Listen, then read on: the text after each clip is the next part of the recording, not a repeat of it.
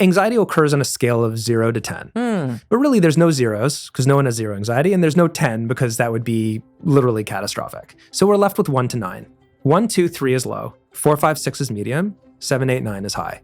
If you're at a 7 or 8 and a 9, you probably need something professional to take it down to a mid-range. How would you actually categorize a 7, 8, or a 9? At that level, it's going to be getting in the way of your life. If Meaning it's disrupting your sleep, you're avoiding doing what you need to do. Yeah, if you can't sleep because of your anxiety, that's a dysfunctional issue. That's something that has to be addressed. And now let's go with the kind of 4, 5, 6. 4, 5, 6. So that now it depends. Some people can function actually reasonably well at a 4, 5, and a 6. What would you be hearing typically from someone in your practice if they were saying, I'd say my worry and anxiety is about a 4, 5, or 6? It depends on what's going on. Are they an emergency room doctor? Are they, going through med school? Are they going through a breakup? Are they they have a new baby?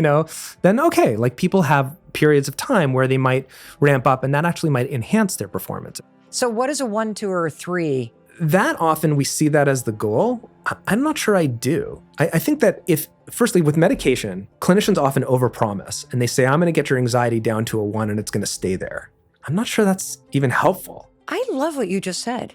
The goal is not to get to 0. Feeling on edge and nervous and doubting yourself, normal human emotions. The anxiety becomes a real problem from a clinical standpoint when it's interfering with your life and it is robbing you of the possibilities and the full potential that you have because you're now held hostage by the anxiety and you're scared of it.